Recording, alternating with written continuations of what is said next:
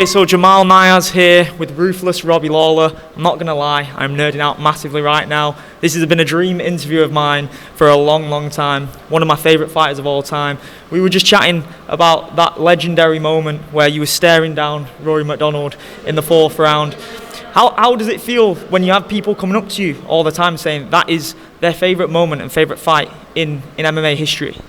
I mean, it's awesome that people like some of the fights that I put on. I mean, I leave it all out there and just try to do the best I can, and that's a big moment in the sport, a big moment for my career. It just showed who Rory was, and it showed who I was. It was a battle. I mean, that famous picture of you guys in the hospital together after that fight. When you go through a kind of war with someone like that, how much of a bond do you have with a guy like that after experiencing something like that? Do you keep an eye out for Rory's performances and how well he's doing after that fight, or was it just strictly business? I mean, I'm always rooting for him. A really nice guy. But it's all business. I mean, you go in there, you try to, and I'm in a rough business, and I fight pretty rough. So it's just what I do, and sometimes people get hurt a little bit. I mean, there's that famous clip of Dana saying, "Don't open your mouth, don't start talking." The lip split was wild in that. In terms of your pain threshold, I'd imagine that you're going to give the generic answer of that the adrenaline was pumping, you didn't feel much, but the pain that you guys must have been going through just from a viewership standpoint, would you say that was one of the most intense feelings that you've ever had when the raw emotion came out when Rory's nose ultimately caved in, didn't it, in that 5th round? Yeah, there wasn't much as far as pain going. I was put in a great training camp, did a lot of hard work for that one. So, and I lived for those moments. It was like my moment to shine, and so I was just all energy at that time. Yeah. And going into that 5th round, I wanted to get a stop. I wanted to stop him, and that's what my plan was. So I went out there with energy, and I went out there with a little, I guess, more energy, but I was going out there for the finish. So it was like started piling up shots, and it only took a few because all the damage has already been done in the last couple rounds. The wild thing about that is that was the beginning of the McGregor era, the big pay-per-views, the Irish crowd over, but everyone still remembers that fight from that card. I mean, McGregor-Mendez was obviously a classic within itself, and right before you guys fought, Jeremy Stephens and Dennis Bermudez had an amazing fight. Actually, on that card, 5 fights off that card were in the top 10 fights of 2015, and you were obviously number 1. Just being around that sort of the vibe of a big fight feel anyway, and you stealing the spotlight of that, what was that experience like in the aftermath?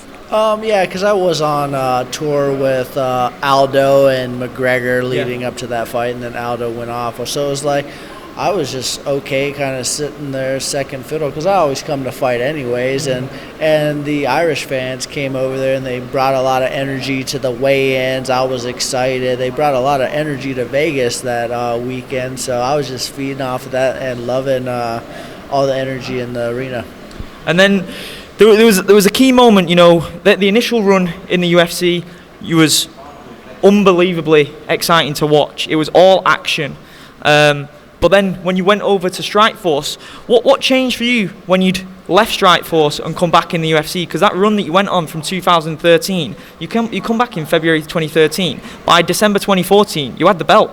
It was absolutely wild, the run that you had created for yourself and the way that you were just tearing through the competition at 170. In terms of, was it a mindset shift for yourself? What changed for yourself during that time? Yeah, I was on a mission. I had good coaching around me, fine-tuned some stuff, and I was ready to fight. I had always been ready to fight, but it was a little detail here, a little detail there, and just putting all those things together and being excited to just go out there and showcase my skills. I mean, if you're bringing excitement and enthusiasm, if I am at least bringing excitement and enthusiasm to the cage, it's usually going to be a pretty good fight. So that's what I was doing on that run, just bringing a lot of energy, and I was happy to be out there, put it on a show.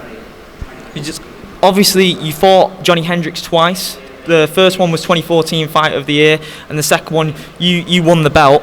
Hendricks had come off a great performance against George St. Pierre. A lot of people thought he won that fight. I would have loved to have seen that version of you up against GSP. That would have been a fight for the ages. Is that something you look back on and thought, that me during that time, that would have been an awesome fight, just as a fan? I mean, yeah, obviously, anytime you can fight a legend like St. Pierre, I mean, he's done so much for the sport and was at the top of the top for many years. So, I mean, obviously, that'd be an exciting fight for fans. We were just discussing off camera. You didn't know who was in the main event of your card because you're just solely focused on what's coming ahead of you. It's Bryan Barberena, International Fight Week, absolute barn burner. He's just come off against another OG of the sport, Matt Brown. What do you make of this matchup? And obviously, violence is pending with that one, surely.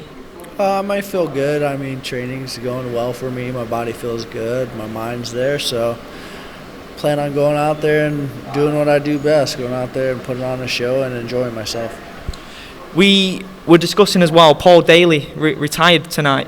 Obviously Scott Coker is the head of Bellator now, but he was your boss back in Strikeforce and Paul's boss back in Strikeforce. Just seeing guys like that hang up the gloves and do it on their own terms, how great is that for you to see? I was excited for Paul. I saw him earlier in the week. Said congratulations on his career, and just saw him like a few minutes ago and was excited that he went out with a knockout, throwing bombs and doing what he does best. So amazing career for him and incredible to watch this.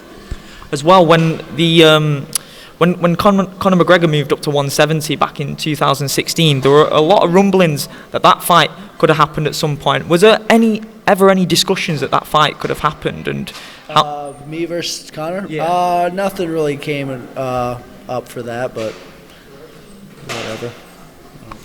It would have been an awesome watch, and like during that time, you guys were arguably the top two biggest names in the sport in terms of what you were both doing, tearing through the divisions. Another fantasy match I would have absolutely loved to have seen, but obviously we're here. We've got to talk about Logan, man. Logan's gone and upset Michael Venom Page in his backyard. Just talk me through that performance. How proud of you or him? Really proud of him. His fight before it, he fought Neiman Grayson, upset him, like pretty much beat him in his backyard, and came over here fighting a really dangerous opponent, Michael Venom Page. Like, his takedown defense is good. He was just hard to control. He moves well. He sets stuff up. So I'm proud of Logan. Sometimes you can't stand up with a guy like that. Logan's wrestled his whole life, so I mean, stand up is not his bread and butter. Wrestling is. So we needed to go out there and get to him and try to put him on his back. And sometimes you just got to go out there and win and not be a fan favorite and worry about getting W's. Exactly that. And last time you were out there, like an absolute classic, wasn't it? Running back the clock. Nick Diaz was running back the clock with his performance in there, and you were so respectful to him afterwards. And you was saying that you hope he's okay and you hope he gets his things together and we can see more of him. What was that like again? Two OGs throwing down, and what year was it? It was like 2003, 2004 when you first fought. It was a long time ago, wasn't it? It was a long time ago. I mean, it was. Having him come back, wasn't that excited about fighting certain guys, but when he was like the opponent, I was like, all right, I freaking dialed it in and got after it, had a good camp. Jason Jackson helped me out a lot for that camp and really pushed me, so like blessed to go out there and put on a show. Nick came to fight. He threw a lot of punches in those first two rounds and just – but I was on a mission. I was enjoying myself. It's been a while since I went out there and had some fun, and I guess I had something to prove that night. Yeah, because when you say that it's been a while since you've had some fun, the matches that you were put against, they were all guys that were more than happy to sort of lay and pray and keep you down and stop you from having those wars that you want to have. Now, Bryan Barberena is a guy that's got pretty much the exact same mindset as you. As you're looking for like the final years of your career? I don't know how long you plan on sticking around for, but are you looking at guys who are like, I just want to stand and bang and deliver absolute classics for the fans? What's your mindset? No, I don't really care. I mean, it comes down to how much work you're going to put in, and if guys want to take me down, I got to, like, defend takedowns and stay on my feet. And when I'm on my feet, I have to throw blows. So just going out there and having fun is the key, and enjoying myself, and that's what I'm doing. In terms of your goals for the future, is the title still your ambition? Is regaining the title your ambition? What would you say is your motive and drive at this stage of your career? That would be something that I'm looking at, but it's one fight at a time. I have a fight July 2nd. You got to get past that. I mean, got to put in the work, and you can't really go to those next steps until you fight July 2nd and put on a show and let people know that you're for real. And just in terms of the love you get from fans, you're, like I said off camera, you're most fighters' favourite fighter. Everyone is going to tune in when Robbie Lawler fights. When it's all said and done, and the love you've received from every corner of the world, how proud of yourself for what you've achieved, and you've left a legacy of always bringing it? I mean, it's really what it comes down to is I just lay it all out there, and if people enjoy it, they enjoy it. But really I'm going to enjoy is giving back to the sport, like Logan Storley's teaching what had been taught to me. That's what sport's all about. It's about giving back, teaching little ins and outs of positions so that guys can focus on their dreams and try to make big things happen in their life. So I'm going to give back to the sport, and I think that's what's going to be most important for me. Brilliant. I can't tell you how much I appreciate this time, Robbie.